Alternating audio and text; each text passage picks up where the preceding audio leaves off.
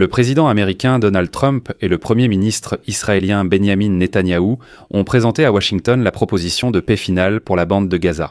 Le président américain a adressé un message direct aux combattants du Hamas, je cite, « Acceptez toutes les propositions d'Israël et des États-Unis, sinon Israël recevra mon soutien total et inconditionnel dans la guerre à Gaza. » Netanyahou a accepté le plan de Donald Trump et a déclaré que cela pourrait réellement mettre fin à la guerre, tout en avertissant qu'il ne pouvait être question d'un État palestinien. De plus, Netanyahou déclare clairement, debout à côté de Donald Trump, que si le Hamas rejette les plans de paix des États-Unis, alors Israël terminera le travail lui-même. Alors, que contient le plan de paix de Donald Trump pour la bande de Gaza? Pourquoi Trump veut-il présider le soi-disant Conseil de la paix qui va gouverner la bande de Gaza? Alors, à quoi Benjamin Netanyahou a-t-il accepté aujourd'hui? Je m'appelle Alexei Pesci. Aujourd'hui, nous sommes le 29 septembre. Examinons ce sujet ensemble.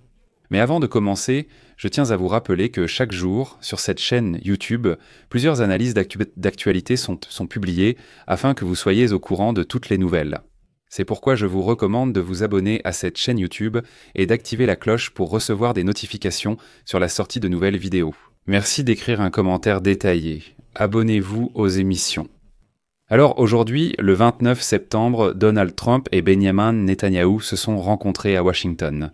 Comme prévu, Trump a commencé une conférence de presse conjointe avec Netanyahou après la rencontre, le remerciant d'avoir accepté le plan de règlement pacifique dans la bande de Gaza.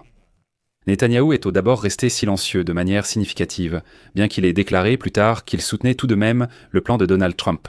Citation de Netanyahou, « Je soutiens votre plan pour mettre fin à la guerre à Gaza, qui répond à nos objectifs militaires.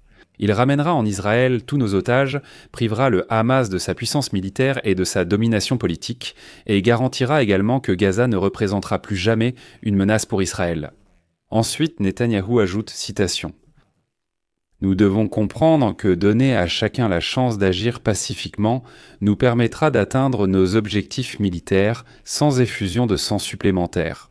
Mais si le Hamas rejette votre plan, Monsieur le Président, ou prétend l'accepter puis en réalité fait tout pour s'y opposer, alors Israël mènera l'affaire à son terme seul.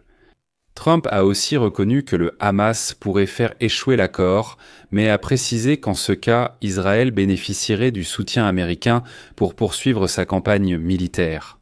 Citation. « J'espère que nous conclurons un accord de paix, et si le Hamas refuse l'accord, alors tout reste possible. Ils sont les seuls, tous les autres ont déjà accepté. Mais j'ai le pressentiment que nous recevrons une réponse positive. Et sinon, comme tu le sais, Bibi, nous te soutenons pleinement dans ce que tu devras faire. » D'ailleurs, nous en discuterons plus en détail par la suite. Zulli. Le plan de paix propose deux options. Un nouveau gouvernement à Gaza, obtenu par négociation pacifique, ou par une intervention militaire israélienne. Mais nous en parlerons un peu plus tard.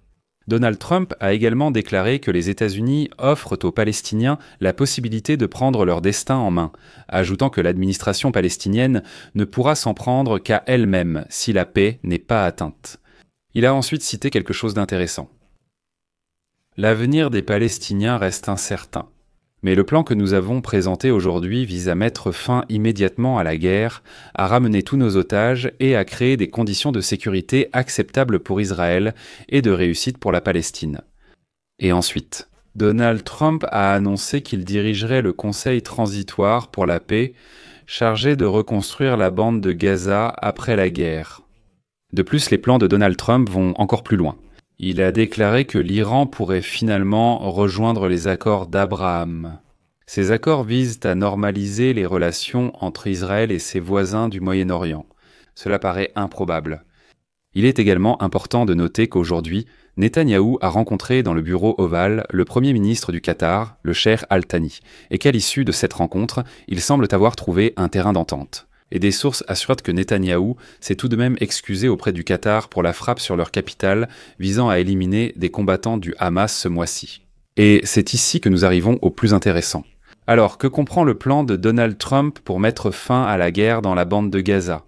La feuille de route de l'administration Trump pour parvenir à la paix dans la bande de Gaza, que la Maison-Blanche a rendu publique juste avant que le président Trump et le Premier ministre Netanyahou ne s'adressent aux journalistes. Elle appelle à la fin de la guerre, à la libération des otages restants et au retrait des troupes israéliennes.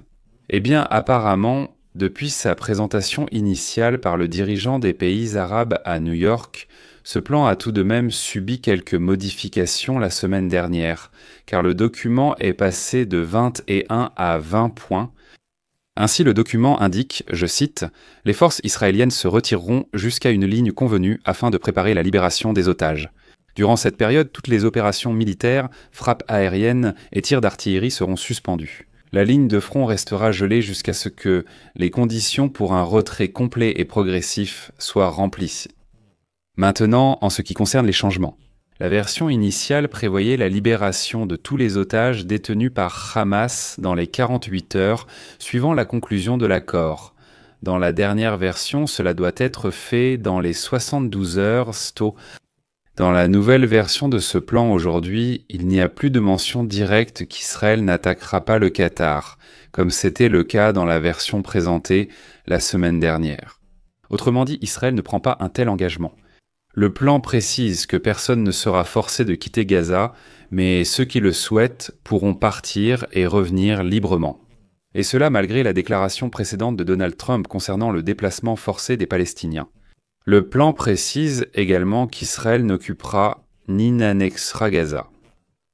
De plus, dans les deux versions du document, aussi bien celle de la semaine dernière que celle d'aujourd'hui, deux niveaux de gestion temporaire de la bande de Gaza sont décrits, un organe international global et un comité palestinien. Dans le plan d'aujourd'hui, l'organe international est déjà décrit comme le Conseil de la paix présidé par Donald Trump. Ce Conseil de la paix réunira des dirigeants arabes, Israël et sera présidé par Donald Trump. La proposition n'envisage aucun rôle futur pour le Hamas dans la gestion de la bande de Gaza.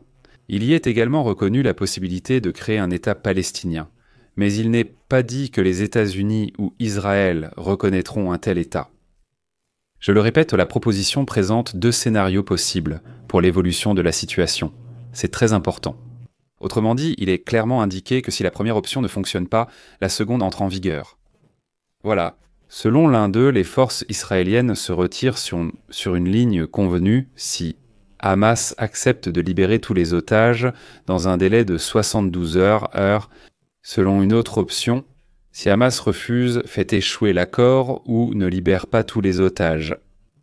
Israël poursuivra l'offensive militaire dans la bande de Gaza, prendra en fait le contrôle de tout le territoire et transférera progressivement ce territoire à un gouvernement de transition. C'est-à-dire dans tous les cas. Cette proposition marque la première fois où Israël accepte publiquement, à terme, de se retirer de certaines parties de la bande de Gaza et de transférer le territoire à des forces internationales de sécurité. La question est de savoir comment ce territoire sera transféré. Les membres du Hamas doivent libérer les otages et partir pacifiquement, où l'armée interviendra. Il faudra alors arrêter la campagne militaire. Mais il reste une question importante. Comment Israël obtiendra-t-il la libération des otages si le Hamas refuse ? La proposition américaine ne répond pas à cette question.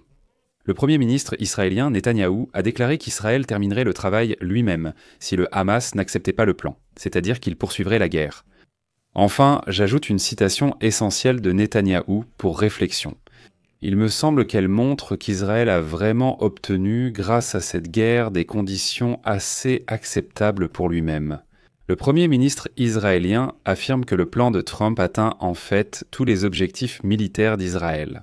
Et ensuite, je vais citer Netanyahou. Tous nos otages, vivants ou morts, rentreront immédiatement. Le Hamas sera désarmé, Gaza démilitarisé, et Israël gardera la responsabilité de la sécurité et du périmètre pour l'avenir prévisible. Et enfin, il y aura à Gaza une administration civile pacifique, qui ne sera soumise ni au Hamas, ni à l'administration palestinienne. Je parle de la Cisjordanie. Donc je vais m'arrêter là.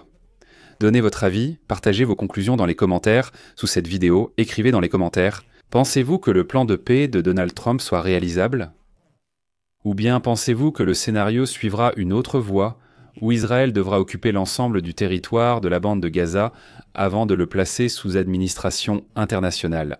Laissez votre avis en commentaire. Je m'arrête ici pour l'instant. Abonnez-vous, activez la cloche et likez la chaîne. C'est tout pour aujourd'hui, prenez soin de vous et à bientôt.